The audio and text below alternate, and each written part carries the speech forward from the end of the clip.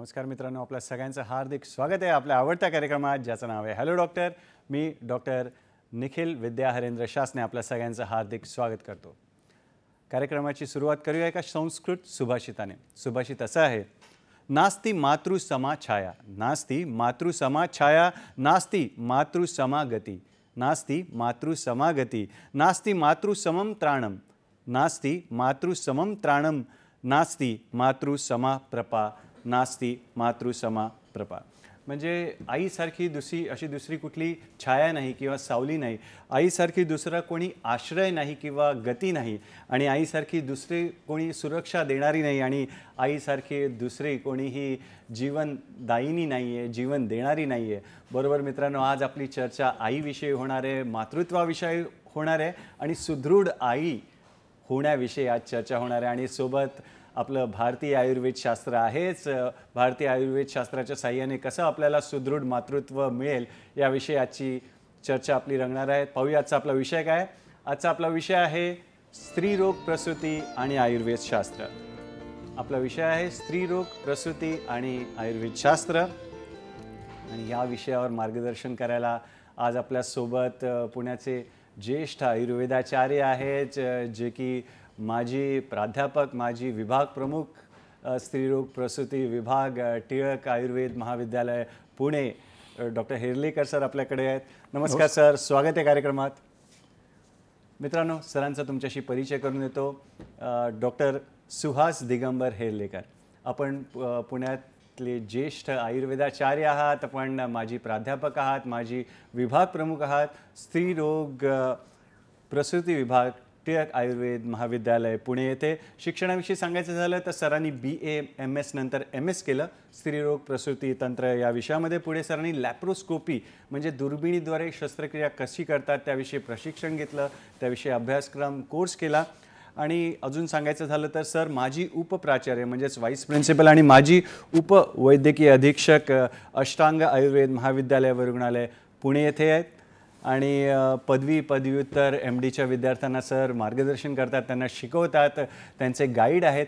आणि जवळजवळ 22हून अधिक आयुर्वेदिक जे डॉक्टर्स आहेत त्यांना सरांनी MS केलेलं आहे, म्हणजे गाईड आहेत त्यांचे, त्यांना शिकवलं आहे सर्जरी कशी करावी याविषयी.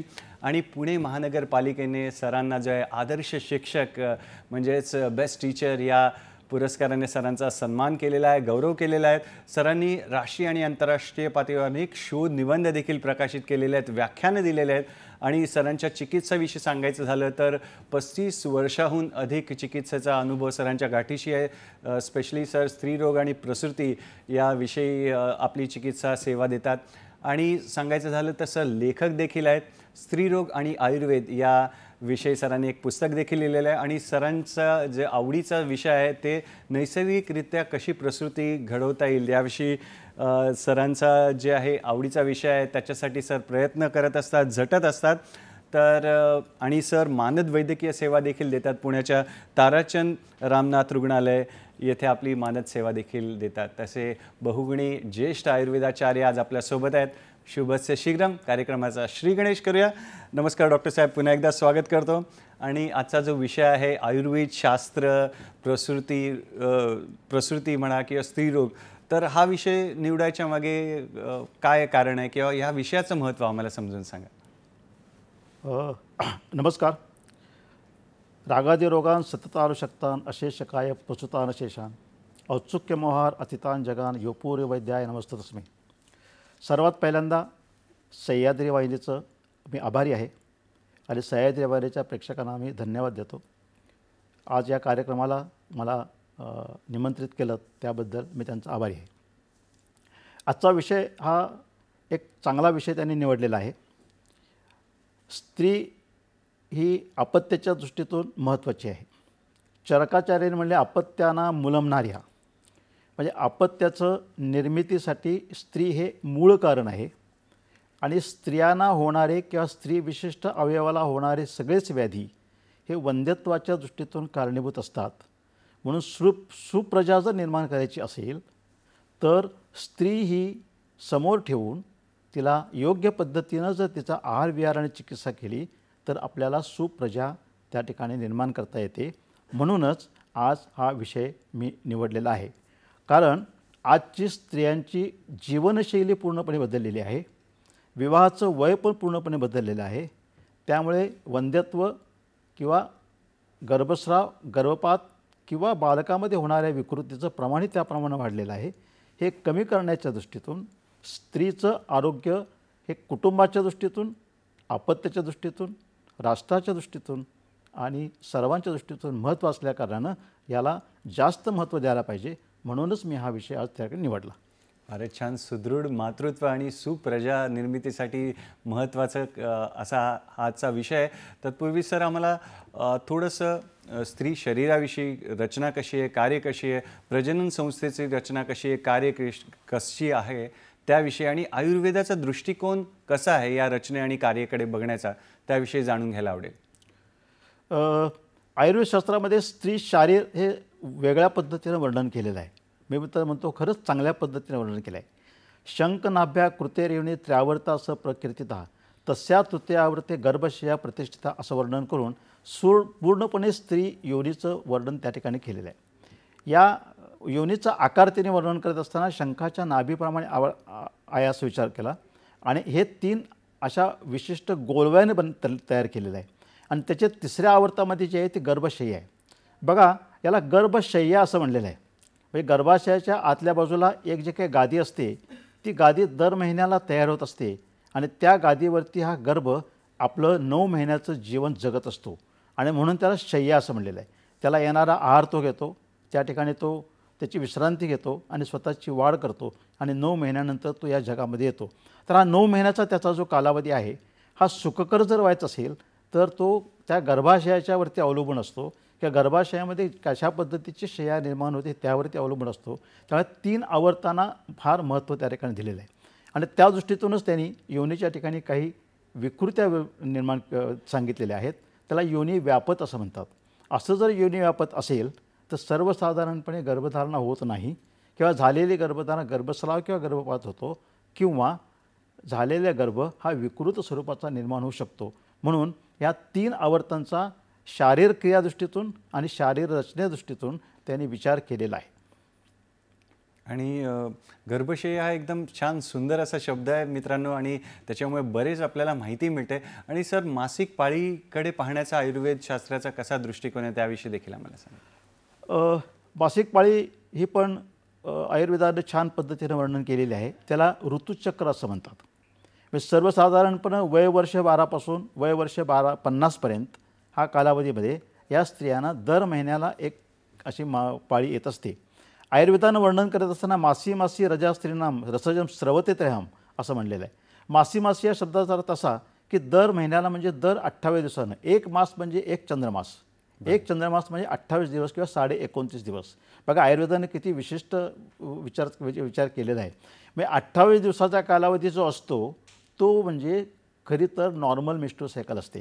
तर ही मेन्स्ट्रुअल सायकल त्यांनी वर्णन केलेली आहे आणि ह्या सायकलमध्ये सुद्धा किंवा ह्या मासिक पाळीमध्ये सुद्धा 3 वेगवेगळे विभाग वर्ग केलेत. पहिल्याला म्हणतात ऋतुकाल अवस्था की ह्या ऋतुकाल अवस्थेमध्ये गर्भधारणेची शक्यता जास्त असते. दुसरा असतो तो ऋतुकाल व्यतीत अवस्था की ज्या कालामध्ये जर गर्भधारणा राहिली तर गर्भाशयात चिकटून राहू शकतो आणि जर गर्भधारणा राहिली तर हा प्रसादरूप रज जे आहे त्याला मलस्वरूप रज येतं आणि मलस्वरूप रज योनी मार्गातून बाहेर टाकलं जातं. आणि तिसरी जी अवस्था आहे ती रजकाल अवस्था आहे. ह्या अवस्थेमध्ये 3 दिवस 5 दिवस किंवा 7 दिवस स्त्रियांच्या शरीरातून योनी मार्गातून हा रक्तस्राव होत असतो. त्यामुळे ऋतुचक्र हे अत्यंत चांगल्या पद्धतीने वर्णन केलेलं आहे. प्रत्येक विभागाचा त्यांनी काही लक्षणं पण सांगितलेली आहेत. जसं ऋतुकाळामध्ये त्याला ऋतुमती असं म्हणलं, रजस्रावामध्ये त्याला रजस्वला असं म्हणलं. ह्या काळामध्ये त्यांनी कुठल्या पद्धतीचा आहार घ्यावा, कुठल्या पद्धतीचा विहार करावा याची पण माहिती चांगल्या पद्धतीने त्यांनी दिलेली आहे की खरं तर हे गर्भधारणेच्या दृष्टीने महत्त्वाचं आहे. त्यामुळे या तिन्ही काळामध्ये स्त्रियांनी आपलं आरोग्य चांगलं ठेवावं. बरोबर मित्रांनो, सरांच्या प्रगाढ अनुभवाचा आपल्याला फायदा घ्यायचा आहे. तुम्ही फोन करून देखील आम्हाला प्रश्न विचारू शकता. सर आता थोडं गर्भधारणेकडे जाऊया आणि गर्भधारणेसाठी म्हणजे आयुर्वेद शास्त्रचा पाहण्याचा दृष्टिकोन काय आहे त्याविषयी देखील आम्हाला सांगा. सर्वच ग्रंथामध्ये शारीर स्थानामध्ये गर्भधारणाच्या संदर्भात माहिती दिलेली आहे. म्हणजे चरक असो, सुश्रुत असो किंवा वाग्भट असो, या तिन्ही स्थानामध्ये पहिला, दुसरा आणि तिसरा अध्याय सर्वसाधारणपणे गर्भधारणेसंदर्भात दिलेला आहे. पहिल्या अध्यायामध्ये हे काय स्त्री बीज आणि पुरुष बीज असतं त्यांच्याविषयी माहिती दिलेली आहे.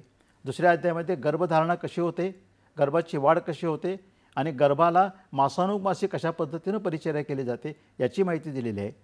आणि सुश्रुताचार्याने 10व्या अध्यायामध्ये गर्भधारणेच्या वेळेला कुठल्या पद्धतीचे पालन करावं, कुठलं स्वस्थ व्रत करावं, काय करू नये याविषयी पण संपूर्ण माहिती त्या ठिकाणी दिलेली आहे.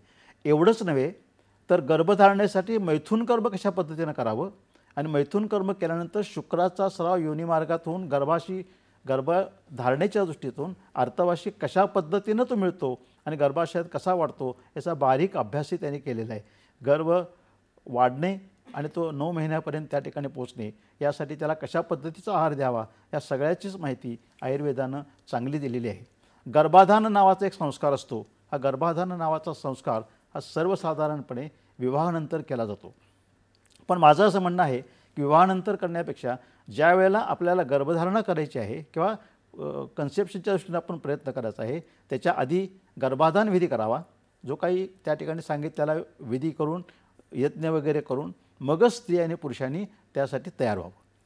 फारच छान. विविध संस्कारांविषयी देखील आपल्याला सर माहिती देत आहेत आणि सोप्या भाषेत आपल्याला आजचा जो विषय आहे तो समजावून देण्याचा प्रयत्न करत आहेत. आणि सर गर्भधारणेसाठी मग कुठले घटक जे आहेत ते आवश्यक आहेत किंवा गरजेचे आहेत त्याविषयी देखील आम्हाला सांगा. गर्भधारणेसाठी मुख्य 4 घटक महत्त्वाचे आहेत. आता ते गर्भधारणा म्हणजे खरं तर आपण व्यवहारामध्ये बघत असताना शेताच्या दृष्टीतून पीक ज्यावेळेला पिकवतो त्यावेळेला जसे घटक लागतात तसेच घटक ह्या गर्भधारणेच्या दृष्टीतून आहे. तेव्हा पहिला जो घटक आहे त्याला म्हणतात क्षेत्र. ऋतू, क्षेत्र, अंबू आणि बीज हे 4 घटक सगळ्यात महत्त्वाचे आहेत. ऋतू ह्या शब्दाचा अर्थ की ज्या काळामध्ये गर्भधारणा राहू शकते तो काळ म्हणजे ऋतुकाळ. म्हणजे जसं आपण शरद ऋतू किंवा वर्षा ऋतू, जसं आपण भाताची पेरणी करतो किंवा याची पेरणी करतो त्याच पद्धतीनं हा ऋतुकाळ असतो. पण स्त्रियांच्यामध्ये हा जो ऋतुकाळ आहे तो साधारण 12 ते पाळीच्या आल्यानंतर 12 ते 14 दिवसाचा किंवा 16 दिवसाचा असतो. दुसरा म्हणजे ऋतू क्षेत्र. क्षेत्र म्हणजे जमीन. जसं जमिनीमध्ये आपण एखादं धान्य टाकून पिकवतो तशी जमीनसुद्धा सदृढ असावी लागते, ती सुपीक असावी लागते आणि ती सुपीक जमीन जर असेल तर त्या ठिकाणी बीज तयार होतं. बालक या ठिकाणी फळरूपानं विचार केलेला आहे. म्हणजे ते बाळ त्यातून दृष्टीनं बाहेर पडलं पाहिजे त्या दृष्टीतून ते क्षेत्र आहे. अंबू म्हणजे त्या गर्भाला पुरवला जाणारा रसपुरवठा किंवा अन्न. हे जे अन्न पुरवलं जातं ते स्त्री पोटामध्ये ज्या पद्धतीचा आहार घेते त्या पद्धतीचा आहारातून त्या बाळाला पुरवलं जातं. त्याला अंबू असं म्हणलेलं आहे. जसं आपण धान्याला पाणी किंवा खतपाणी देतो त्या पद्धतीचं आहे. आणि शेवटचं म्हणजे बीज. बीज म्हणजे स्त्री बीज आणि पुरुष बीज. या ठिकाणी विचार करत असताना स्त्री बीज आणि पुरुष बीज यांचं एकत्र झाल्यानंतर जे गर्भबीज तयार होतं त्या गर्भबीजाला आपण त्याला बीज असं म्हणू. कारण स्त्री बीज हे एक बीज आहे, पुरुष बीज एक वेगळं बीज आहे आणि दोघांचं एकत्र होऊन ते गर्भबीज होतं. आणि असं गर्भबीज ज्यावेळेला गर्भाशयामध्ये राहतं त्यावेळेला त्या ठिकाणी त्याची वाढ व्हायला लागते. त्या 4 मुख्य घटक पण तेही दोषमुक्त असायला पाहिजेत. म्हणजे गर्भाशयामध्ये कुठले दोष असता कामा नये, बीजामध्ये कुठले असता कामा नये किंवा आहारामध्ये सुद्धा कुठलाही विकृत प्रकारचा जाता कामा नये. हे सगळे जर चांगल्या पद्धतीचे असतील तर गर्भधारणा ही चांगली होते. फारच छान. वेगवेगळे 4 घटक सरांनी आपल्याला सांगितले, त्याचं महत्त्व सांगितलेलं आहे. त्याच्या खोलात आपण शिरणार आहोत आणि जास्तीत जास्त माहिती घेणार आहोत. तर सर वेगवेगळे संस्कारांविषयी तुम्ही बोलताय किंवा कर्माविषयी म्हणतात, तर मग गर्भधारणेच्या आधी कुठली कर्म केली पाहिजेत किंवा पूर्व कर्म काय आहेत त्याविषयी देखील आम्हाला सांगा. हां, आता गर्भधारणा 2 पद्धतीची कर्म असू शकते. एक असते गर्भधारणा म्हणजे की स्वाभाविक राहिलेली आणि दुसरी असते म्हणजे आपण प्लॅन केलेली. साधारणपणे प्लॅन केलेली गर्भधारणा जर करायची असेल तर आपल्याला काही पूर्वकर्म करता येतं आणि केलेलं ते बरं असतं. कारण पूर्वकर्म केल्यामुळे स्त्री आणि पुरुषाच्यामध्ये कुठले व्याधी आहेत ते आपल्याला लक्षात येतं आणि त्या व्याधीनुसार पहिल्यांदा चिकित्सा केली जाते. दुसरं असं की शुद्धता नावाची गोष्ट असते किंवा डिटॉक्सिफिकेशन. आता नवीन जो शब्द निर्माण झालेला आहे तो डिटॉक्सिफिकेशन असतं की बऱ्याच वेळेला आपण आहार विहार करत असतो आणि हा आहार विहार केल्यानंतर काहीतरी विकृती आपल्या शरीरामध्ये किंवा नावाची गोष्ट शरीरामध्ये साठत असते. ती कदाचित आपल्याला त्रास देत असते. पण गर्भधारणेच्या रिलेटेड याचं महत्त्व जास्त असल्याकारणानं गर्भधारणेच्या पूर्वी पंचकर्म केलेली बरी असतात. जी काही पंचकर्म तुमचे वैद्य तुम्हाला सांगतील त्या पद्धतीने करावीत. आणि पंचकर्म केल्यानंतर पुरुषांनी घृतपान करावं, दुग्धपान करावं आणि स्त्रियांनी तैल आणि उडदाचा आहार करावा आणि 1 महिना त्यांनी खरं तर ब्रह्मचर्य सांगितलेलं आहे. म्हणजे तुम्हाला जर छान पद्धतीची गर्भधारणा असेल तर तुम्हाला पुढच्या महिन्यात जर गर्भधारणा करायची असेल तर त्याच्या आधीच्या कालावधीमध्ये तुम्ही जर ब्रह्मचर्य पाळलं तर पुरुषांच्यामध्ये निर्माण होणारा शुक्रधातू आणि स्त्रियांच्यामध्ये असलेले स्त्रीबीज हे चांगल्या पद्धतीचं तयार होतं आणि सुप्रजा व्हायला त्या ठिकाणी सुरुवात त्या ठिकाणीच होते. त्या बीजसुद्धा सुप्रजा दृष्टीतून चांगलं असायला पाहिजे. फारच छान. डॉक्टर हिरलेकर, या वळणावर आपल्याला एक ईमेल आलेला आहे. hello2026@gmail.com हे आमच्या ईमेल आय डीवर ईमेल आलेला आहे. रवींद्र खानोलकर यांचा ईमेल आलेला आहे. गर्भसंस्कार म्हणजे काय असा त्यांचा प्रश्न आहे. काय सांगणार सर? नमस्कार खानोलकर साहेब. आपला हा प्रश्न आज चांगला प्रश्न आहे. आज समाजामध्ये सुद्धा गर्भसंस्काराविषयी बऱ्याचशा गोष्टी आपण बघतो आहोत. निरनिराळ्या ठिकाणी गर्भसंस्काराचे क्लासेस पण घेतले जातात. संस्कार ही गोष्ट सगळ्या दृष्टीतून चांगलीच आहे. संस्कार या शब्दाचा अर्थ की गुणांतर धारणम. आपले जे गुण आहेत ते बदलण्याच्या दृष्टीतून निरनिराळ्या प्रकारचे संस्कार सांगितले जातात. साधी गोष्ट आहे की आपण एका देवळामध्ये दगड ठेवतो आणि त्या दगडावरती संस्कार करून त्याला देवपण आणतो आणि देवपण आणल्यानंतर तो आपल्याला देव त्या ठिकाणी पावतो. त्याच पद्धतीचं हे गर्भसंस्कार आहे. तुम्ही आधीपासूनच गर्भावस्थेमध्येच त्याच्यावरती आपल्याला जे हवेल तशी आपल्या जात धर्मानुसार ज्या पद्धतीचं असेल असे जर आपण संस्कार त्यावरती करायचा प्रयत्न केलात. संस्कार 2 पद्धतीचे आहेत. एक गर्भावस्थेमध्ये पण संस्कार करू शकता आणि प्रसवानंतर पण करू शकता. पण ज्या पद्धतीची आपल्याला अपेक्षा आहे तसे जर त्यावरती संस्कार करायचा प्रयत्न केलात, चांगलं बोलणं, चांगलं वागणं, चांगलं खाणं आणि चांगल्या गोष्टी शेअर करणं हे संस्कारामध्ये येतं. त्यामुळे या गोष्टी जरी केल्यात तरी गर्भसंस्कार भरपूर होतो. त्याच्याऐवजी देवधर्म करणे, आपल्या चांगल्या गोष्टी वाचणे हे सुद्धा गर्भसंस्कारामध्ये येतं. चांगल्या कृती करणं हा थोडक्यात आपण म्हणू शकतो गर्भसंस्कार. आणि डॉक्टर साहेब, आपल्याला या वळणावर पुण्याहून जे महाराष्ट्राचं सांस्कृतिक केंद्र आहे तिथून फोन आहे. मंगल आपटे यांचा फोन आहे. पाहूया त्यांचा प्रश्न काय. नमस्कार मंगलताई, स्वागत आहे कार्यक्रमात. कृपया आपला प्रश्न विचार. नमस्कार. मला असं विचारायचं, गर्भसंस्कार होताना ओंकाराचा जप केला तर ते कितपत योग्य आहे आणि पूर्वीच्या काळी आनंदात राहावं किंवा खुशीत राहावं, म्हणजे चांगले संस्कार व्हावे किंवा वाईट काय ऐकू नये, चांगलं बोलणं, चांगलं हे की भाषण संभाषण चांगलं असावं त्या बाईवर, की मुलांवर ते चांगले संस्कार होते, तर आपण याबाबतीत काय सांगू शकाल? ठीक आहे, संस्कारच आहे तो. आणि खरोखरच आहे, पूर्वीच्या काळी गर्भावस्थेमध्ये स्त्रियांना खरं तर कधी बाहेर जाऊन दिलं नसे, घरातच असायचे. स्वेटर विणणे किंवा आपापल्या घरातली कामं करणे हे संस्कारच आहेत. त्यामुळे तुम्हाला ज्या पद्धतीचा संस्कार अपेक्षित आहे तो करायला काहीच हरकत नाही. ओंकार तर सगळ्यात चांगला आहे. ओंकार नुसता संस्काराच्या दृष्टीतून चांगला असा नाही आहे. ओंकार तुम्हाला ऑक्सिजन कंडक्शन कपॅसिटी पण देतो. तुम्ही ओम ज्या वेळेला म्हणता त्यावेळेस शरीरामध्ये तुम्ही लंग्समध्ये तुमची हवा धरून ठेवता आणि ह्या हवा धरून ठेवल्या कारणानं तुमच्या शरीरामध्ये ऑक्सिजन कंडक्शन कपॅसिटी येते आणि ही ऑक्सिजन कंडक्शन कपॅसिटी तुम्हाला प्रसवाच्या वेळेला कळा देण्याच्या वेळेला ती महत्त्व होते. आज तुम्ही बघितलं असेल की बऱ्याच वेळेला म्युकोनियम स्टेन लायकर किंवा बाळांना पोटात शी केली म्हणून सिझेरियन सेक्शन करण्याचं प्रमाण त्या ठिकाणी वाढलेलं आहे. त्याचं कारण काय की मॅटर्नल हायपोक्सिया होतो तो बाळाच्या दृष्टीने महत्त्वाचा असतो. तो जर टाळायचा असेल तर ओंकार हा तुम्हाला गर्भसंस्कार म्हणून पण उपयोगी होतो आणि त्याचबरोबर तुमची शरीरामध्ये ऑक्सिजन कंडक्शन कपॅसिटी वाढण्यासाठी मदत होतो आणि तो मदत झाल्याकारणाने बाळाची वाढ ऑक्सिजनवरतीच वाढते जास्तीत जास्त. त्यामुळे हा करायला काहीच हरकत नाही. आणि सर, यांच्या प्रश्नाचा दुसरा पैलू होता की आपण गर्भधारणाच्या किंवा मातृत्वाच्या काळामध्ये चांगली पुस्तकं वाचतो किंवा चांगल्या गोष्टी ऐकतो किंवा चेहऱ्यासमोर बाळकृष्णाचा फोटो लावतो किंवा तर त्याचा परिणाम कसा होतो त्याविषयी देखील कृपया आम्हाला सांगा. होतं ना मंगलाताई, तुम्ही सांगा. हा पण विचार करायला हरकत नाही आहे की आपल्याला जी काही अपेक्षित गोष्टी आहेत किंवा ज्याच्याविषयी आपल्याला चांगलं वाटतं, चांगल्या संस्कार व्हावे तसं वाटतं, असे फोटो किंवा अशा गोष्टी किंवा अशी पुस्तकं आपण जर त्यांना वाचायला दिली. अर्थात कसं आहे, ह्या सगळ्या गोष्टी करत असताना त्या स्त्रीचं मन त्यामध्ये लागणं गरजेचं आहे. नुसताच तुम्ही जर फोटो बेडरूममध्ये ठेवलात आणि नुसतंच पुस्तक आणून ठेवलं, नुसतं वाचलं तर उपयोगाचं नाही आहे. तो एक विशिष्ट काळ देऊन त्यावरती तुम्ही चिंतन मनन करून जर केलं तर त्याचा सूक्ष्म परिणाम बालकावरती होतो आणि बालक हे संस्कारितच निर्माण होतं. व्हायलाच पाहिजे, म्हणजे यात काय दुमत असायचं काय कारण नाही आहे. धन्यवाद मंगलताई, आज सुंदर प्रश्न विचारला. मित्रांनो, असेच तुम्ही प्रश्न ईमेलद्वारे किंवा फोन करून विचारा, जेणेकरून आपल्याला सरांच्या अनुभवाचा पण सर्वांना फायदा होईल.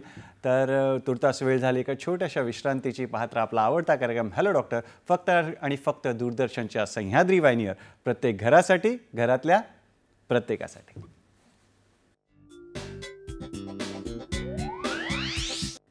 विश्रांतीनंतर पुन्हा एकदा आपलं स्वागत आहे आपल्या आवडत्या कार्यक्रमात, ज्याचं नाव आहे हॅलो डॉक्टर. आणि आजचा आपला विषय आहे स्त्रीरोग, प्रसूती आणि आयुर्वेदशास्त्र. आणि या विषयावर मार्गदर्शन करायला पुण्याहून आपल्यासोबत ज्येष्ठ आयुर्वेदाचार्य आहेत, डॉक्टर हेर्लेकर आहेत. सर, नियोजन करून केलेली गर्भधारणा आणि अचानक झालेली गर्भधारणा, तर याच्यामध्ये काय फरक पाहण्यात येतो, त्याविषयी कृपया आम्हाला सांगा. अच्छा, आता 2 गोष्टी वेगळ्या आहेत. स्वाभाविक गर्भधारणा आणि योजनापूर्वक गर्भधारणा, दोन्हीमध्ये काही प्रमाणामध्ये प्रॉब्लेम येऊ शकतात, नाही असं नाही आहे. पण आपण दोन्हीचा विचार करू. स्वाभाविक गर्भधारणा ही पूर्वी खरं तर स्वाभाविक गर्भधारणाच व्हायच्या. आता कसं झालं आहे, आता नवीन ट्रेंड आल्या कारणानं प्लॅन प्रेग्नन्सीचा विचार सुरू झालेला आहे. एकतर विवाह उशिरा होतात, 2-3 वर्ष त्या ठिकाणी कॉन्ट्रासेप्शन वापरले जातात आणि म्हणून प्लॅन प्रेग्नन्सीचा प्रयत्न जास्त केला जातो. पण दोन्हीमध्ये आपण फरक बघू. काश्यपाने तर ह्याला धन्यच म्हणलेलं आहे. म्हणजे जे स्वाभाविकच गर्भधारणा होते ते खरोखरच कपल धन्य आहेत. कारण योजनापूर्वक गर्भधारणा करण्यामध्ये बऱ्याच वेळेला आपल्याला वेळ घालवावा लागतो. काहीतरी पंचकर्म करा, काहीतरी औषधोपचार करा, मग स्त्री बीजाचा तपासणी करा, मग इंटरकोर्स करा, मग गर्भधारणा, यामध्ये काही कालावधी जाण्याची शक्यता असते. त्यामुळे काश्यपाने म्हणत असताना स्वाभाविक गर्भ धन्य म्हणलेले आहे आणि योजनापूर्वक गर्भ म्हणजे औषधाने निर्माण झालेली गर्भधारणा आहे. दुसरं म्हणजे स्वाभाविक गर्भधारणा ही विनाद्रव्य आहे, काय त्याला खर्च नाही, काही नाही, काही नाही. आणि जी योजनापूर्वक आहे त्याला मात्र काही तुम्हाला द्रव्य हे वापरावं लागतात. दाम्पत्य स्वस्थ आहे का माहीत, स्वाभाविक गर्भधारणेमध्ये दाम्पत्य स्वस्थ आहे का माहीत नसतं. त्यामुळे काही वेळेला काही प्रॉब्लेम निर्माण होण्याची शक्यता राहते. आणि योजनापूर्वक गर्भधारणा असेल तर दाम्पत्याचं स्वास्थ्य आपल्याला आधीच कळतं आणि त्यानुसार नियोजित गोष्टी आपल्याला त्या ठिकाणी करता येतात. स्वाभाविक गर्भधारणेमध्ये गर्भस्राव, गर्भपात होण्याची शक्यता वाढते, कारण आपल्याला काहीच माहीत नसतं कशा पद्धतीने झालेलं आहे.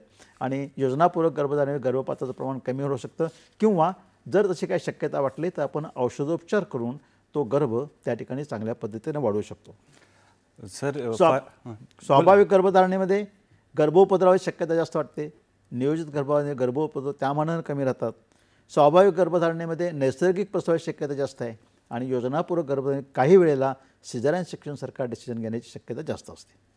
आणि सर, ईमेलवर एक छान प्रश्न आलेला आहे. फरजाना शेख यांचा प्रश्न आहे की पहिली डिलेव्हरी जर समजा सिझेरियन सेक्शन करून झाली असेल तर दुसरी डिलेव्हरी जी आहे ती नॉर्मल होऊ शकते का, किंवा त्याविषयी थोडं मार्गदर्शन हवं होतं. नमस्कार शेख मॅडम, हा आपला खरोखरच महत्त्वाचा प्रश्न आहे. कारण आज सिझेरियन सेक्शनचं तेवढंच प्रमाण त्या ठिकाणी वाढलेलं आहे. कारणार्थ बऱ्याच वेगळ्या पद्धतीचे असू शकतात, मी त्याच्याविषयी काही जात नाही आहे. पण पहिली गर्भधारणा पहिला जर तुमचं सिझर झाला असेल त्याचं काय कारण आहे बघावं लागतं बेसिकली. आणि पहिली सिझर किती वर्षापूर्वी झालेलं आहे, 3 ते 5 वर्षापूर्वी काही विशिष्ट कारणासाठी जर तुमचं सिझर झालं असेल तर दुसऱ्या वेळेला तुम्हाला प्रयत्न करायला काहीच हरकत नाही. पण त्यावेळचे निकषसुद्धा महत्त्वाचे असतात. कारण नॉर्मल डिलिव्हरीसाठी काही विशिष्ट निकष आहेत. ते निकष जर तुम्ही पूर्णपणे करत असाल तर तुम्ही ट्रायल देऊन एखाद्या टर्शियरी सेंटरमध्ये किंवा हॉस्पिटलमध्ये ज्या पद्धतीची व्यवस्था असेल चांगली त्या पद्धतीचं तुम्ही गेलात तर नॉर्मल डिलिव्हरीची शक्यता त्या ठिकाणी वाढू शकते. त्यामध्ये काही प्रॉब्लेम येत नाही. पण पहिलंच जर बाळ मोठं असेल, मार्ग लहान असेल आणि ठरवून जर सिझर केला असेल तर कदाचित दुसऱ्या वेळेला पण सिझरची शक्यता राहते. पण त्याला पूर्वीचं कारण काय माहीत असणं गरजेचं आहे.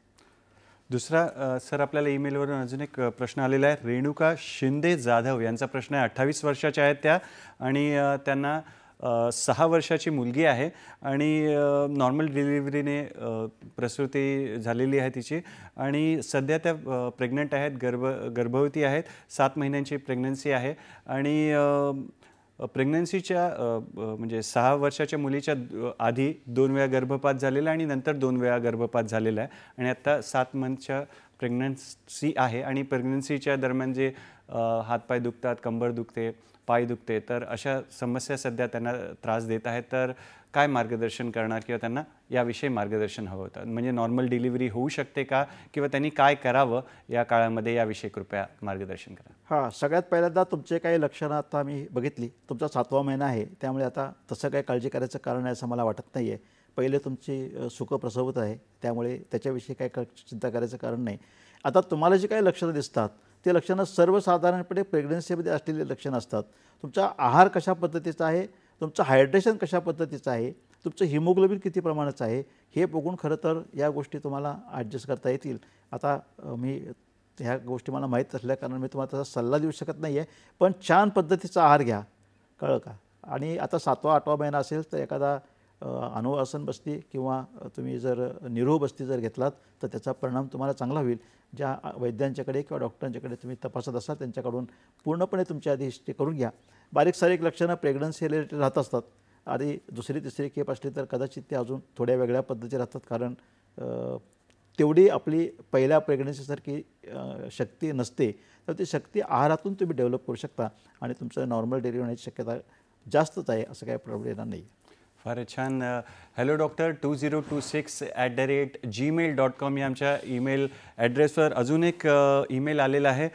सर डॉक्टरच आहेत, आयुर्वेदिक डॉक्टर आहेत, डॉक्टर ज्योती मांडे. त्यांचा असा प्रश्न आहे, पुंसवन विधी किती इफेक्टिव्ह आहे, किती परिणामकारक आहे याविषयी त्यांचा प्रश्न होता. तर कृपया याविषयी मार्गदर्शन करा. नमस्कार ज्योती मांडे, आपण डॉक्टर आहात, त्यामुळे पुंसवनावरती किती बोलावं हा थोडासा आता PCP डिटॅक्टच्या दृष्टीतून हा विषय चुकीच्या पद्धतीचा होऊ शकतो. पण पुंसवन म्हणत असताना मी पुंस्त्व करत म्हणण्यापेक्षा गर्भ चांगला व्हावा अशा दृष्टीतून जर करायचं असेल तर आपल्याला तो पुंसवन करायला काहीच हरकत नाही आहे. पण जो ग्रंथामध्ये सांगितलेला आहे त्याविषयी मला या ठिकाणी बोलण्याची काही हे वाटत नाही आहे, कारण त्या अर्थानं जर विचारत असाल तर तो माझ्या दृष्टीतून हा बरोबर आहे प्रश्नाचं मला वाटत नाही आहे. सुदृढ संतती हा आपला उद्देश आहे आणि सुदृढ मातृत्व आणि सुप्रजाती किंवा सुप्रजा निर्माण व्हावी आपला उद्देश आहे. तर छान अशा प्रकारे तुम्ही फोन करा, ईमेलद्वारे वेगवेगळे जे पैलू आहेत आजच्या विषयाचे त्याविषयी सर आपल्याला ज्येष्ठ आयुर्वेदाचार्य आपल्याला मार्गदर्शन करतायत, तर त्याचा आपल्याला लाभ जरूर घ्यायचा आहे. तुम्हाला ईमेल ॲड्रेस माहितीच आहे, hello2026@gmail.com. सर पुढला प्रश्न की आधुनिक वैद्यकशास्त्र आणि आयुर्वेद शास्त्र याच्यामध्ये परिचर्यामध्ये काय फरक आहे किंवा काय त्याविषयी आम्हाला सांगा. हां, खरं तर दोघांचा हेतू एकच आहे की मातेचं आणि बालकाचं स्वास्थ्य चांगलं राहावं. पण मॉडर्न सायन्स या ठिकाणी बघत असताना मॉर्टॅलिटीचा विचार जास्त करतं, त्यामुळे इंटरव्हेन्शन्स बरीच त्या ठिकाणी दिसू शकतात. पण आयुर्वेद विचार करत असताना वेगळ्या पद्धतीचं आहे. पण आपण एक एक बघू. मॉडर्न सायन्सनं ट्रायमेस्टर वाईज रेजिमेंट सांगितलेली आहे, आयुर्वेदानं मंथली रेजिमेंट सांगितलेली आहे. मॉडर्न सायन्स हे एव्हिडन्स बेस्ड मेडिसिन आहे आणि आयुर्वेद सायन्स हे ग्रंथोक्त मेडिसिन आहे. रेग्युलर चेकअप असतात 8 ते 10 मॉडर्न सायन्समध्ये सांगितलेले आहेत. आयुर्वेद सायन्समध्ये अशी अजून काही परीक्षणाच्या दृष्टीने कुठं उल्लेख केला दिसत नाही आहे. गर्भाधान आणि सीमोंत नयन हे 2 संस्कार महत्त्वाचे आहेत आणि ते करणं गरजेचं आहे आणि असे संस्कार आयुर्वेदाने सांगितलेलं आहे. त्यानंतर अर्ली डिटेक्शन, मॉडर्न सायन्सप्रमाणे अर्ली डिटेक्शन आणि मॅनेजमेंट करता येतं, पण आयुर्वेदशास्त्रामध्ये अशा गोष्टीचा काय कुठे असा उल्लेख त्या ठिकाणी दिसत नाही. इन्व्हेस्टिगेशन मॉडर्न सायन्समध्ये भरपूर आहेत की ज्याने आपल्याला काही गोष्टी आधीच कळू शकतात, त्यावरती ट्रीटमेंट करू शकतो. जसं हायपरटेन्शन आहे, डायबिटीस आहे किंवा बालकामध्ये काही विकृती असतील तर त्या पद्धतीने आपण करू शकतो. पण अशा काही इन्व्हेस्टिगेशन्स आयुर्वेदशास्त्रामध्ये नसल्या कारणानं आणि आयुर्वेद सायन्स हे हर्बल बेस्ड मेडिसिनवरती आहे. आयुर्वेद सायन्स हे मासानुमासिक चिकित्सेवरती आहे, मासानुमासिक काही पथ्य त्याने सांगितलेले आहेत त्यावरती आहे. वॅक्सिनेशनचा उपयोग हा मॉडर्न सायन्समध्ये केलेला आहे, आयुर्वेद सायन्समध्ये वॅक्सिनेशनचा असा काही उपयोग केलेला नाही आहे, विचार केलेला दिसत नाही आहे. Modern science education, exercise, hygiene आणि न्यूट्रिशन यावरती जास्त भर देतं. आयुर्वेदामध्ये तसं बघितलं तर एक्सरसाइज हा त्याज्य सांगितलेला आहे, व्यवहार आणि व्यायाम हा त्या मानानं त्याज्य सांगितलेला आहे. आहार दोन्हीकडे सारखाच पद्धतीचा आहे, असा काही वेगळा आहार सांगितला असं मला वाटत नाही आहे. पण प्रोटीन्स, कार्बोहायड्रेट्स असं याने सांगितलेलं आहे आणि आयुर्वेदानं वृद्ध अशा प्रकारचा आहार सांगितलेला आहे. म्हणजे मॉडर्न सायन्सचा एम आहे reduction in the mortality and morbidity आणि आयुर्वेदाचं तत्त्व आहे अनुपघाताय, परिपूर्णत्वाय आणि सुखप्रसवायच. फारच छान सर. सरांनी आपल्याला समजावं म्हणून वेगवेगळ्या स्लाईड्स देखील आणलेल्या, त्याचा आपण जरूर फोटो काढू शकतो आणि माहितीसाठी किंवा मित्रांना मैत्रिणींना त्याचा प्रचार प्रसार करू शकतो. सोबत सर आम्हाला हे देखील सांगा की आहार हा महत्त्वाचा भाग आहे आयुर्वेद शास्त्रामध्ये. तर किंवा आपण घटक पण बघितले की गर्भधारणेच्या घटकमध्ये पण आहाराचं तुम्ही महत्त्व आम्हाला सांगितलं. तर गरोदरपणाच्या काळामध्ये आहार कसा असावा आणि समजा कोणी प्लॅन करत असेल, नियोजन करत असेल, तर मातृत्वासाठी त्या स्त्रीचा किंवा पुरुषांना देखील तुम्ही आहाराचा काय सल्ला देणार? तर थोडा मोठा प्रश्न आहे, तर कृपया मार्गदर्शन त्याविषयी आम्हाला. चांगला प्रश्न आहे खरं तर, कारण सगळं आहारावरतीच अवलंबून असतं. म्हणजे गर्भावस्था असो किंवा गर्भावस्था नसो, हे आहार हा सगळ्यात महत्त्वाचा आहे. म्हणून आयुर्वेदाने सांगितले की रोगामंदोपि सगनोग्रे, म्हणजे जर अगदी मंद झाला आणि आहार जर चांगला पचला नाही तर सगळेच रोग तयार होतात. तेव्हा आपला आहार चांगलाच असायला पाहिजे, यात काही दुमत असायचं कारण नाही आहे. आहार म्हणजे काय, तर आपण जे द्रवपदार्थ आणि जे फूड मटेरियल आपण घेतो ते कुठल्या कारणासाठी घेतो, एक एनर्जीसाठी किंवा आपलं एक वेगळे ध्येय असतं त्यासाठी घेतो, त्याला असं आहार असं म्हणतात, बरोबर नाही. मातृजस्य आहार असं जे क्रमात कुक्षे विवर्धते, मातेने घेतलेल्या आहारामुळेच बाळाची वाढ होत असते, हे पूर्णपणे लक्षात ठेवा. कारण बऱ्याच वेळेला आपण औषधावरती अवलंबून राहतो, हे माझ्या दृष्टीतून चुकीचं आहे.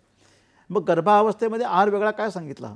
कारण तर गर्भावस्थेमध्ये आहार वेगळा सांगायचं काही कारण नाही आहे, कारण गर्भावस्थेमध्ये फक्त आहाराचं प्रमाण थोडंसं वाढवलं गेलं पाहिजे. म्हणजे जे कॅलरीज म्हणतो, जे 2000 कॅलरी राहतात ते 250 किंवा 3000 कॅलरीज द्यावं. कॅलरीच्या विषयात बोलायचं कारण नाही आहे, पण थोडासा आहार वाढवलेला असला पाहिजे. 3 वेगळ्या ट्रायमेस्टरमध्ये 3 पद्धतीची गर्भाची वाढ असते. पहिल्या 3 महिन्यामध्ये फक्त गर्भ हा बीजावस्थेतून बाहेर पडलेला असतो. दुसऱ्या 3 अवस्थेमध्ये सर्व धातू निर्माण होत असतात आणि तिसऱ्या 2-3 अवस्थेमध्ये बालक हे पूर्णपणे स्वतःचा आहार तयार करत असतं. त्यामुळे असा विचार करून पहिल्या 3 अवस्थेमध्ये द्रवपदार्थ, दुसऱ्या 3 अवस्थेमध्ये सेमी सॉलिड आणि तिसऱ्या 3 अवस्थेमध्ये सर्व प्रकारचा आहार तुम्ही त्या ठिकाणी घेऊ शकता. तर असा जर विचार केला तर साधारणपणे आहार हा तुम्हाला घेता येईल. पथ्य असावं असं काय मला वाटत नाही आहे, कारण ही गर्भावस्था आहे, त्यामुळे सर्व प्रकारचा आहार द्रव स्वरूपामध्ये नॉन स्पायसी असा जर घेतलात तर बालकाची वाढ चांगल्या पद्धतीची होते. तुम्ही खाल्लेला आहार पूर्णपणे पचावा आणि बालकापर्यंत जावं अशा पद्धतीचा जर आहार घेतला तर तो जास्त चांगला असतो. म्हणून हृद्यम द्रवम मधुरप्रायम स्त्रियम दीपनीयम संस्कृतम च भोजनम असा आहार आयुर्वेदानं सांगितलेला आहे. आणि मॉडर्न सायन्स सांगत असताना हे कॅलरीजमध्ये किंवा प्रोटीन्समध्ये किंवा कार्बोहायड्रेट्समध्ये अशा पद्धतीचा ते आहार सांगत असतात. आहारामुळे काय होतं? आहारामुळे आयु सत्व बल आरोग्य सुख प्रीती विवर्धनम रसस्निग्धा स्थिरारोग्य आहार सात्विक प्रिया.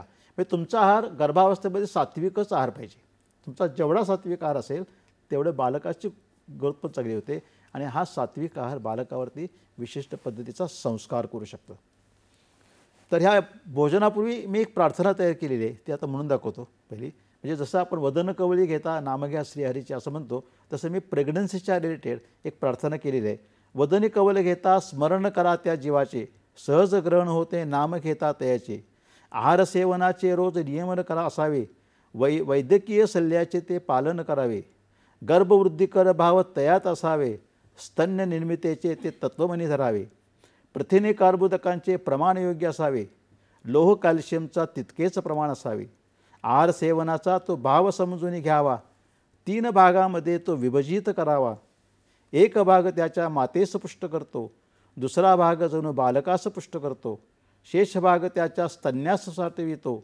समतोल आहार परिणाम योग्य होतो, माता स्थितदोष सबस्थितीत ठेवतो. गर्भ अवस्था पूर्ण व्याधीमुक्त करतो, नैसर्गिक प्रसवाचा सहाय्यक ठरतो. बालकास सुद्धा तो दोषमुक्त करतो. आहार असा जो स्त्री सेवन करते मातृत्वयाचे आनंदमयी होते. म्हणून लघु बृहण मधुर अर्धघन आणि स्वतः बनवलेला आहार करावा की जेणेकरून आहारातून मिळणारा संस्कार हा बालकाला मिळू शकतो. फारच छान. डॉक्टर हेर्लेकर सरांचा जो लेखक आणि कवी व्यक्तिमत्वाचा जो झलक आहे ती आपल्याला मिळाली, तो पैलू पण या कवितेच्या माध्यमातून आपल्याला पाहायला मिळाला. तर सर, आणि जे जे प्लॅन करतायत प्रेग्नन्सी, तर त्या पुरुषांनी आणि स्त्रियांनी जनरली आपण ऐकतो की अळीवाचा लाडू खायचा किंवा डिंकाचा लाडू, तर असं काही तुम्ही सांगणार का की घरगुती त्यांना काय करता येईल, त्याविषयी थोडंसं मार्गदर्शन? हां, स्त्री पुरुषांनी खरं तर म्हणजे गर्भधारणेच्या पूर्वी सांगितलं की दूध आणि तूप याचा जास्त ठेवावा, सात्विकच आहार ठेवा, 2च वेळेला जेवण करावं आणि 2 जेवणाच्या मध्ये जर भूक लागली तर एखादं फळ खावं. बाकी आहारामध्ये जास्त स्पायसी, जास्त तिखट किंवा जास्त तेलकट असे पदार्थ सर्वसाधारणपणे एका प्रेग्नन्सीमध्ये टाळावेत, ते जेणेकरून आपला धातू चांगले निर्माण होतील आणि बालक पण त्यामध्ये चांगलं निर्माण होईल, अशा पद्धतीचा आहार त्या ठिकाणी असावा. विशिष्ट काय आहार घ्यावा असं मला सांगावं असं वाटत नाही आहे, कारण सात्विक आहार म्हटल्यानंतर त्यामध्ये आपल्या डोळ्याला जो चांगला दिसतो, जो खावा असा वाटतो, तोच घ्यावा. मी नेहमी सांगत असतो की आहार करत असताना जिभेचे चोचले पुरवूयात. जिभेचे चोचले 2 गोष्टीनं पुरवले जातात, एक तर बोलताना आणि खाताना. म्हणजे खाताना जर आपण जिभेचे चोचले नाही पुरवले तर आपला आहार चांगला राहील, आणि बोलताना जर आपण जिभे नाही हे केले तर चांगल्याच गोष्टी आपल्याकडून बोलल्या जातात. त्या 2 गोष्टीचं जर पालन केलं तर सर्वसाधारणपणे आपलं स्वास्थ्य पण चांगलं राहतं आणि ते स्वास्थ्य बालकाच्या दृष्टीने पण चांगलं राहतं. फारच छान, सुंदर संदेश सरांनी दिलेला आहे. आणि मगाशीच सर म्हटले की जर आपण नियोजन करून जर गर्भधारणा करण्याचा विचार करत असू तर 1 महिन्याचं ब्रह्मचर्य पुरुषांनी पाळावं, असं सरांनी आपल्याला सांगितलेलं आहे. तर महत्त्वाचे मुद्दे आहेत. सरांचा अनुभवाचा जे अमृत आपण म्हणू शकतो ते आपल्याला मिळत आहे. तर तुमचे प्रश्न जरूर आमच्याला विचारा. आणि अजून एक प्रश्न विचारायचा होता सर, प्रेग्नन्सीच्या गर्भधारणेच्या वेळेला जेव्हा किंवा गरोदर असताना माता तिला मधुमेह होतो, उच्च रक्तदाब होतो किंवा थायरॉईडसारख्या समस्या भेडसावतात, तर प्रसूतीनंतर हा जो त्रास आहे तो राहतो का निघून जातो, किंवा त्याविषयी थोडं आम्हाला मार्गदर्शन करा. हा सर्वसाधारणपणे ब्लड प्रेशर किंवा डायबिटीस हे जे गोष्ट असतात ह्या प्रेग्नन्सीमध्ये होण्याची शक्यता जास्त असते. प्रेग्नन्सीच्या आधी असेल तर हा गोष्ट वेगळी आहे, पण आपण असा विचार करू की ते प्रेग्नन्सीमध्ये चाललेलं आहे. साधारण 24 ते 26 आठवड्याच्या नंतर हा साधारणपणे आपल्याला व्याधी दिसतात, त्याला गर्भोपद्रव असं म्हणतात. आता सगळा गर्भोपद्रव अवलंबून कशावर आहे, तर जो काही प्लासेंटा तयार होतो त्याच्यावरती अवलंबून आहे. प्लासेंटा जर ॲबनॉर्मल तयार झाला तर साधारणपणे ह्या गोष्टी होण्याची शक्यता राहते. म्हणून पहिल्या 3 महिन्याची सगळ्यात परिचर्या महत्त्वाची असते. त्यामुळे पहिल्या 3 महिन्यात जर तुम्ही चांगल्या पद्धतीची परिचर्या घेतलीत, पहिल्या 3 महिन्यात उलटी मळमळ जळजळ असतं, त्यामुळे आहार आपला अगदी पातळ पदार्थाचा असावा, जेवढा पाहिजे तेवढाच घेतला घ्यावा की जेणेकरून आपली प्लासेंटा पण तयार चांगला होईल आणि ॲबनॉर्मल प्लासेंटा तयार होणार नाही. आणि प्रसवानंतर मात्र सर्वसाधारणपणे जो व्याधी तुम्हाला गर्भधारणेमध्ये आलेला आहे किंवा गर्भोपद्रव पण आलेला आहे, हा व्याधी सर्वसाधारणपणे प्रसवानंतर 6 आठवड्यानंतर कमी होण्याची शक्यता राहते. त्याच्यावरती आपल्याला नियंत्रण ठेवावं लागतं. त्यासाठी सुतिका परिचर्या पण चांगल्या पद्धतीने पाळली गेली पाहिजे. म्हणजे त्यावेळेला त्याचा आहार, त्यानंतर विश्रांती, स्तनपान या सगळ्या गोष्टीवरती जर लक्ष ठेवलं आणि चांगल्या पद्धतीने केलं तर 6 आठवड्यामध्ये गर्भावस्थेमध्ये असलेला जो व्याधी आहे तो कमी व्हायला त्या ठिकाणी मदत होते. फारच छान, सहज साध्या शब्दामध्ये सर आपल्याला मार्गदर्शन करतायत. सर, आम्ही समाज माध्यमांवर म्हणा किंवा वर्तमानपत्रात बघतो की जेव्हा माता गरोदर असते तेव्हा वेगवेगळ्या प्रकारचे व्यायाम किंवा योग करायलासाठी प्रेरित केलं जातं, प्रसार केला जातो. तर ते कितपत योग्य आहे, त्याचा परिणाम काय आहे, कुठलं आसन करावं, काय करावं, काय नाही, कृपया त्याविषयी आम्हाला मार्गदर्शन. योग आणि व्यायाम ही आता एक नवीन गर्भिणी परिचर्यामधली एक नवीन गोष्ट आता निर्माण झालेली आहे. पूर्वीच्या काळी हा काय प्रकार होता असं नाही आहे, कारण स्त्रियांचे व्यायाम हे घरी होत असत आणि घरी होत असल्याकारणे त्यांना वेगळा व्यायाम करायला लागायची गरज लागत नसे. आयुर्वेदा दृष्टीने विचार केला तर व्यायाम त्या ठिकाणी त्याज्य सांगितलेलं आहे. म्हणजे करू नये अशा पद्धतीने गर्भोपचार भाव सांगितले, त्यामध्ये व्यायाम आणि व्यवहार ह्या 2 गोष्टी त्यांनी नको म्हणून सांगितलेल्या आहे. योगाचा हरकत नाही, कारण व्यायाम या शब्दाचा अर्थ की शरीर आयासजनकम कर्म. कसं प्रेग्नन्सीमध्ये शरीराला आयास देण्याची काही गरज नसते, कारण प्रेग्नन्सीमध्ये गर्भ वाढत असतो, हृदयावरती टेन्शन असतं, त्यामुळे अननेसेसरी कुठला व्यायाम करावा असं मला वाटत नाही आहे. ज्या स्त्रिया पूर्वीपासून जो काय व्यायाम करत असतील तो व्यायाम तुम्ही प्रेग्नन्सीमध्ये थोड्या प्रमाणात चालू ठेवू शकता. वेगळा व्यायाम करण्याची गरज त्या ठिकाणी मला वाटत नाही. करू नये या मताचं मी आहे.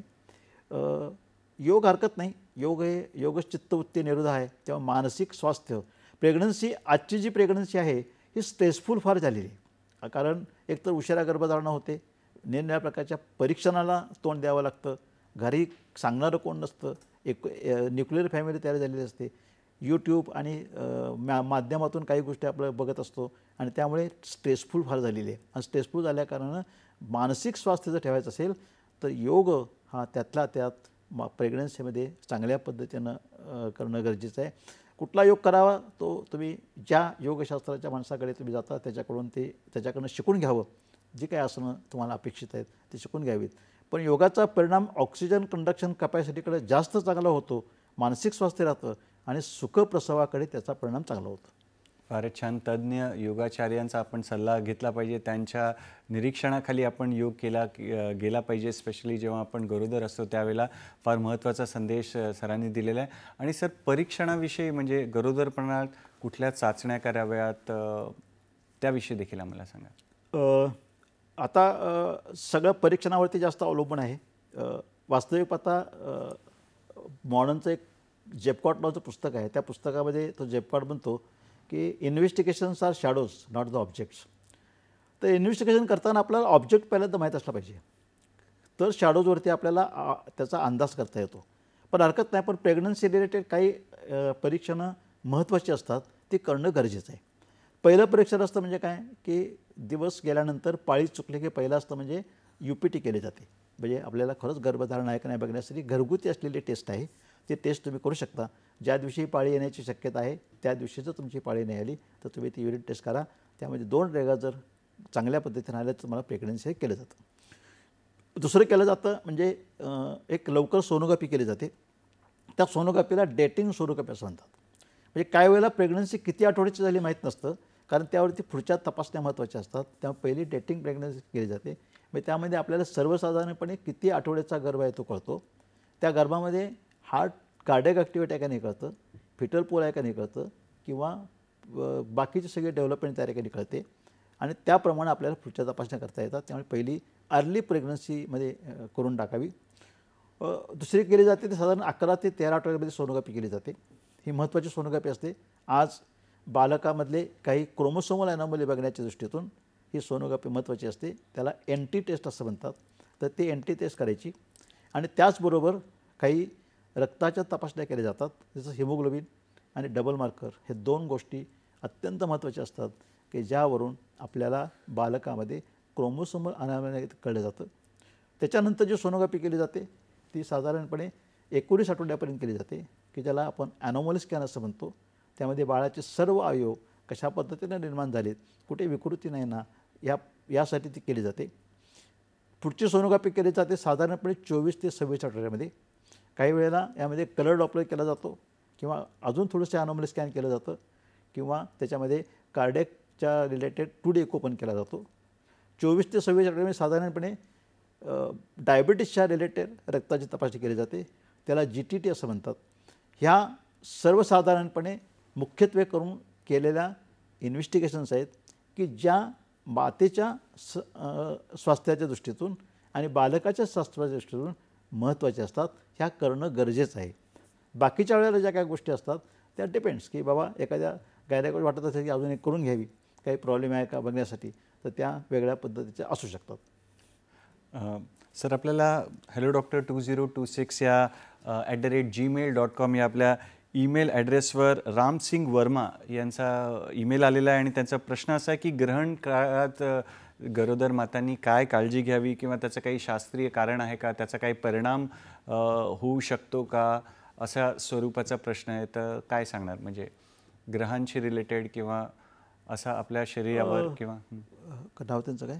त्यांचं नाव आहे रामसिंग वर्मा. रामसिंग वर्मा सर, आता ग्रहणाचा विचार हा 2 पद्धतीनं केला जातो. नाही असं नाही. मी आयुर्वेदाचा तज्ज्ञ असल्याकारणानं काही प्रमाणामध्ये आपल्याला अध्यात्माच्या दृष्टीतून त्याचा विचार करणं गरजेचं आहे.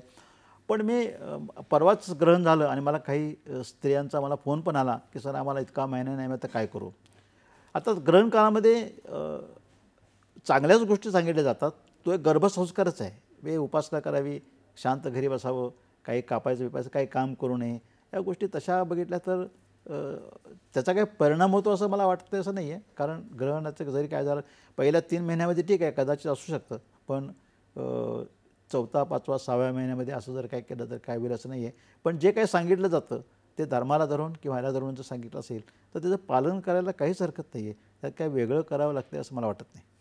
फारच छान मित्रांनो, असंच तुम्ही फोन करून किंवा आमचा जो ईमेल ॲड्रेस आहे hellodoctor2026@gmail.com वर ईमेल करून तुमचे मनातले प्रश्न निसंकोचपणे आम्हाला विचारू शकता.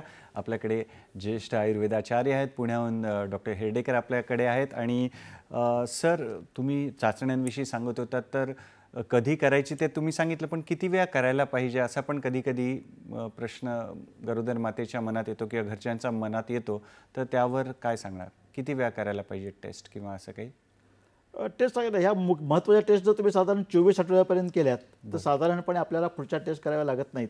याच टेस्टमध्ये जर कुठं जर आपल्याला दिसलं की हिमोग्लोबिन कमी आहे, कुठं ब्लड शुगर वाढलेली आहे असं जर वाटत असेल तर ती केली जाते. पुढे 7व्या महिन्यानंतर गर्भाच्या वाढीच्या रिलेटेड कुठं जर आपल्याला वाटत असेल की गर्भाच्या भोवतीचं पाणी कमी झालं आहे, बाळाचं वजन कमी दिसते, मातेचं वजन वाढलेलं नाही आहे, थायरॉईडसारखी लक्षणं आहेत, अशा वेळेला बाळाचं वजन वाढते का नाही, बाळाच्या भोवती पाणी आहे का नाही हे बघण्यासाठी 27 ते 28च्या दरम्यान केली जाते. काही वेळेला 9व्या महिन्यामध्ये पण एखादी सोनोग्राफी केली जाते की जेणेकरून आपल्याला प्रसवाच्या दृष्टीतून जर काही डिसिजन घ्यायचं असेल तर बाळ कुठल्या पद्धतीचं आहे, बाळाचा स्थान कसा आहे, आसन कशा पद्धतीचं आहे, बाळाभोवती पाणी कशा पद्धतीचे आहे, बाळाच्या वापरा कशा पद्धतीची आहे, बाळाची प्लॅसेंटा कशा पद्धतीची आहे, या पद्धतीचा जर आपल्याला जर अभ्यास करायचा असेल तर साधारणपणे 9व्या महिन्यामध्ये एक सोनोग्राफी त्या ठिकाणी केली जाते. ही डिपेंड्स असते की ज्या ऑब्स्टेट्रिशियनला जशी वाटते त्या पद्धतीने ती केली जाते. महत्त्वाच्या ज्या तपासण्या आहेत त्या साधारण ते 24 ते 26 आठवड्यामध्ये करणं अत्यंत गरजेचं असतं की जेणेकरून मातेच्या रिलेटेड पण आणि बालकाच्या रिलेटेड पण आपल्याला काही गोष्टी डायग्नोज करता येतात आणि त्या दृष्टीतून चिकित्सा करता येते. डॉक्टर साहेब, यवतमाळहून आपल्याला फोन आहे. तुकाराम दादांचा फोन आहे, पाहूया त्यांचा प्रश्न काय. नमस्कार तुकाराम दादा, आपलं स्वागत आहे कार्यक्रमात. कृपया आपला प्रश्न विचारा. सर, कसं आहे गर्भिणी बायाला किंवा मुलींना जे आहार डॉक्टर सांगतात तो आहार दिलेले सांगतात, पण तसे तो खातात बी आणि पितात बी आणि जे डॉक्टरनं सांगितले तसे ऐकतात बी. पण यायच्या दवाखान्यात गेल्याच्या नंतर गोळ्या मेडिकल वगैरे खाल्ल्याच्या नंतर त्यांच्या आहारामध्ये घेतल्याच्या नंतर तो त्याची डिलिव्हरी नॉर्मल का होत नाही? बरं, सिझर करावं लागते त्याला. बरं. हा नमस्कार. महत्त्वाचा हा तुमचा महत्त्वाचा प्रश्न आहे. डिलिव्हरी नॉर्मल होणार का सिझर होणार हे कुठला आहार घेत आहे त्यावरती अवलंबून असतं, कुठलं औषध घेत आहे यावरती अवलंबून असतं. बाळाची वाढ कशा पद्धतीची आहे, 9व्या महिन्यामध्ये काय प्रकारची सिच्युएशन आहे त्यावरती सिझर किंवा नॉर्मल ह्या गोष्टी कळत असतात. त्यामुळे तुम्ही आहार घेतला, आयर्नच्या गोळ्या घेतल्या, कॅल्शियमच्या गोळ्या घेतल्या, हे फक्त मातेचं आईचं स्वास्थ्य राहावं आणि बालकाचं स्वास्थ्य राहावं या दृष्टीतून तो आहार असतो. कुठलाही आहार, कुठलंही औषध हे बाळंतपणाच्या दृष्टीतून महत्त्वाचं नसतं. बाळंतपण कसं होणार हे 9व्या महिन्याच्या शेवटच्या आठवड्यामध्ये साधारणपणे कळत असतं. त्यामुळे त्याचा विचार करायला पाहिजे असं नाही आहे. पण बाळंतपणाचं तुम्हाला जर कळा सहन करायचे असतील तर आधीचा जो काय आहार दिलेला आहे हा आहार डॉक्टरांनी नेमून दिलेला आहार आणि डॉक्टरांनी दिलेले जे काही औषधं आहेत त्याचं व्यवस्थित पालन करा, म्हणजे तुम्हाला कळ सहन करण्याची शक्ती त्या ठिकाणी येईल आणि नॉर्मल डिलिव्हरीकडे तुमचं होऊन जाईल. फारच छान. असेच सुंदर तुम्ही प्रश्न विचारा जेणेकरून आपल्याला आजच्या विषयाविषयी जास्त माहिती मिळेल.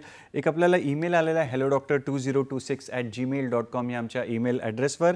SD सोनकांबळे यांचा प्रश्न आहे की त्यांची मिसेस जी आहे ती 5 महिन्याची गर्भवती आहे आणि त्यांचं थायरॉईड वाढलेलं आहे आणि थायरॉईडवर जी गोळी देतात ती सध्या गोळी चालू आहे. तर त्या गोळीचे काही साईड इफेक्ट्स आहेत का किंवा त्याविषयी त्यांना म्हणजे आधुनिक वैद्यकशास्त्रातल्या ज्या गोळ्या चालू करतात स्पेशली थायरॉईडविषयी त्यांचा प्रश्न आहे, तर त्याचा काही साईड इफेक्ट असतो का, मातेला किंवा बाळाला काही त्रास होईल का? हा नमस्कार. थायरॉईडची जी गोळी चालू केलेली आहे ती मातेला काय त्रास होण्याच्या दृष्टीतून नाही आहे, पण बाळकाचे किंवा बाळाचे त्रास कमी होण्याच्या दृष्टीतून आहेत. कारण जर आईला थायरॉईड असेल तर बालकामध्ये सुद्धा काही प्रमाणामध्ये त्याचे बदल होण्याची शक्यता दिसते. त्यामुळे जी तुम्हाला गोळी चालू केलेली असेल ती चालू ठेवा आणि अधूनमधून थायरॉईडचं परीक्षण करा आणि तुम्हाला ज्यांनी गोळी चालू केली त्यांच्या संपर्कात राहा, म्हणजे जेणेकरून मातेचं पण सुखकर होईल आणि बालक पण त्या ठिकाणी चांगलं होईल. आणि सुंदर असे ईमेलद्वारे प्रश्न विचारतात, तुम्ही फोन करून पण प्रश्न विचारतात. सर मगाशीच फोन आला की सिझेरियन सेक्शनचं प्रमाण आपल्याला वाढताना दिसतंय किंवा काय कारण किंवा एवढं प्रमाण वाढलेलं का असेल किंवा का असं पाहण्यात येतं त्याविषयी? आता सगळ्यात पहिलं महत्त्वाचं म्हणजे की आपली जीवनशैली पूर्णपणे बदललेली आहे. आपल्या विवाहाचं वय हे 28-30 वर्षापेक्षा पुढे गेलेलं आहे. त्यानंतर विवाह झाल्यानंतरसुद्धा गर्भावस्था येण्यासाठी सुद्धा काही 2-4 वर्ष जातात. गर्भावस्था येण्यासाठी शिवाय प्रेग्नन्सी राहण्यासाठी पण काही वेळा औषधोपचार केला जातो आणि मग प्रेग्नन्सी राहते. निरनिराळ्या प्रकारच्या तपासण्या केल्या जातात. त्या तपासण्यामधून काहीतरी बारीक सारीक गोष्टी दिसत असतात आणि बारीक सारीक गोष्टी दिसत असल्याकारणानं सिझेरियन सेक्शन करण्याची गरज त्या ठिकाणी दिसते. त्यामुळे यासाठी आपण खरं तर काहीतरी प्रयत्न करणं गरजेचं आहे. सिझर होऊ नये यासाठी डॉक्टरांनी प्रयत्न करण्यापेक्षा आपण स्वतःहून त्या ठिकाणी काहीतरी प्रयत्न केला पाहिजे. आपला आहार चांगला पाहिजे. आपली प्रेग्नन्सी विशिष्ट वयामध्ये राहिली गेली. 25 ते 28 वर्षामध्ये जर पहिली प्रेग्नन्सी असेल तर साधारणपणे सिझेरियन सेक्शनचं प्रमाण कमी होतं. नैसर्गिक जर प्रेग्नन्सी असेल तर साधारणपणे सिझेरियन सेक्शनचं प्रमाण कमी होतं. आहार जर आपला योग्य पद्धतीचा असेल तर सिझेरियन सेक्शनचं प्रमाण कमी होतं. त्यामुळे आणि मानसिक स्वास्थ्य आणि एकत्र कुटुंब पद्धती असेल तर सिझेरियन सेक्शनचं प्रमाण कमी होतं. त्या गोष्टीचं सुद्धा पालन करायचा प्रयत्न करावा असं मला वाटतं. आता न्यूक्लिअर फॅमिली झाली, एकच बाळ पाहिजे असतं, त्यामुळे सिझेरियन सेक्शनचं प्रमाण दोघांच्याकडून वाढलेलं आहे. असं म्हणत नाही की डॉक्टरांच्याकडूनच त्या ठिकाणी झालेलं असेल, पण काही वेळेला बाळाचं स्वास्थ्य बघण्याच्या दृष्टीतून सिझर करणं हे काही वेळेला गरजेचं राहतं. डॉक्टर साहेब यावरणार आपल्याला एक फोन पण आलेला आहे, मेल आहे, सॉरी. डॉक्टर अविनाश यांचा मेल आहे. त्यांचा असा प्रश्न आहे, लो लाईन प्लॅसेंटा जो आहे तर त्या गर्भधारणा केव्हापर्यंत असते किंवा त्याविषयी त्यांना थोडंसं मार्गदर्शन हवं होतं. आता लो लाईन प्लॅसेंटा हा 3 पद्धतीचा असू शकतो. एक असतो म्हणजे पूर्णपणे त्या पिशवीच्या तोंडावरती असतो. दुसरा असतो तो अर्धा पिशवीच्या प्रमाणावरती असतो आणि तिसरा असतो तो फक्त साईडला असतो, एका बाजूला असतो. त्यामुळे लो लाईन प्लॅसेंटाची शक्यता असे असू शकते. आता ज्या वेळेला पहिला आणि दुसऱ्या प्रकारचा प्लॅसेंटा असतो त्यावेळेला कदाचित यामध्ये रक्तस्राव होण्याची शक्यता राहते आणि लवकर बाळंतपण करण्याची शक्यता असू शकते आणि सिझेरियन सेक्शनने बाळंतपण करण्याची शक्यता त्या ठिकाणी वाढते. पण लॅटरल प्लॅसेंटा असेल किंवा मार्जिनल जर प्लॅसेंटा असेल तर यामध्ये मात्र आपल्याला हरकत नाही की काळा सुरू असतो, आपण वाट बघू शकतात, बाळाचं डोकं किती खाली आले बघू शकतात आणि त्या प्रमाणात आपण नैसर्गिक बाळंतपण करण्याची शक्यता राहते. पण प्लॅसेंटा प्रिव्हिया हा थोडीशी कंडिशन वाईच्या दृष्टीतून आणि बालकाच्या दृष्टीतून पण विचार करण्यासारखी आहे. त्यामुळे डॉक्टरांशी सल्ला ठेवून, डॉक्टरांशी संमत ठेवून आपण हा विचार त्यांच्यासमोर मांडून त्याची परिचर्या करावी हे महत्त्वाचं आहे. डॉक्टर हेर्लेकर, आपल्याकडे वेळ कमी आहे आणि आम्हाला जास्तीत जास्त ज्ञान तुमच्याकडून घ्यायचं आहे. त्यासाठी एक थोडासा रॅपिड फायर राऊंड खेळूया. तर पुढला प्रश्न असा असेल की सुखकर प्रसूतीसाठी काय करावे, थोडक्यात आम्हाला सांगा. सुखप्रसूतीसाठी कळा येण्याची वाट बघा सगळ्यात पहिलं. बरं. आपली लाईफस्टाईल चांगली ठेवा आणि त्यानंतर योग्य हॉस्पिटल निवडा. बरं. आणि पेनलेस डिलिव्हरी करावी का नाही किंवा कितपत योग्य आहे त्याविषयी कृपया. पेनलेस डिलिव्हरी हरकत नाही आहे, एक हा मधला पर्याय आहे. पण पेनलेस डिलिव्हरीसुद्धा नॉर्मल डिलिव्हरीचे जे काही निकष आहेत ते त्या ठिकाणी असले पाहिजेत तरच आपण पेनलेस डिलिव्हरी करू शकतो. अदरवाईज पेनलेस नुसत्या कळा हे काय डिलिव्हरीसाठी करणार नसतं, बऱ्याचशा गोष्टी त्यामध्ये असतात. त्यामुळे ज्यांना कळा सहन करायची शक्यता नाही आहे किंवा ज्यांना काही कार्डियक प्रॉब्लेम आहेत अशा लोकांसाठी तुम्हाला हा पर्याय खरोखरच चांगला आहे. आणि जाता जाता आमच्या मित्रांना काय संदेश देणार? जाता म्हणजे एकतर पहिल्या महिन्यापासून योग्य परिचर्या ठेवा, सीमित आहार ठेवा, योग्य रुग्णाची निवड करा, कौटुंबिक सहकार्य ठेवा, बस्तीकर्म 8व्या महिन्यात करा, अनुवासन बस्ती घ्या, स्नेह आणि पिचू ठेवा आणि योनीचा अभ्यंग करा, म्हणजे तुम्हाला नॉर्मल डिलिव्हरीची शक्यता त्या ठिकाणी वाढते. धन्यवाद डॉक्टर साहेब. आपल्या व्यस्त वेळापत्रकातून वेळ काढून तुम्ही पुण्याहून इथे आला, त्यासाठी दूरदर्शनच्या सह्याद्री वाहिनीतर्फे, आमचं जे हॅलो डॉक्टरचा संघ आहे त्यांच्यातर्फे आणि आमचे महत्त्वाचे प्रेक्षक मित्रांतर्फे तुमचे खूप खूप आभार आणि धन्यवाद. पुढील वाटचालीसाठी खूप खूप शुभेच्छा. मित्रांनो, वेळेला मर्यादा आहे, पण आमचं जे प्रेम आहे तुमच्यासाठी त्याला मर्यादा नाही आहे. यासाठी एक नवीन विषय घेऊन तुमच्या भेटीला आम्ही येणारच आहोत आपल्या आवडत्या कार्यक्रमात, ज्याचं नाव आहे हॅलो डॉक्टर, फक्त आणि फक्त दूरदर्शनच्या सह्याद्री वाहिनीवर, प्रत्येक घरासाठी, घरातल्या प्रत्येकासाठी. धन्यवाद. नमस्कार. नमस्कार.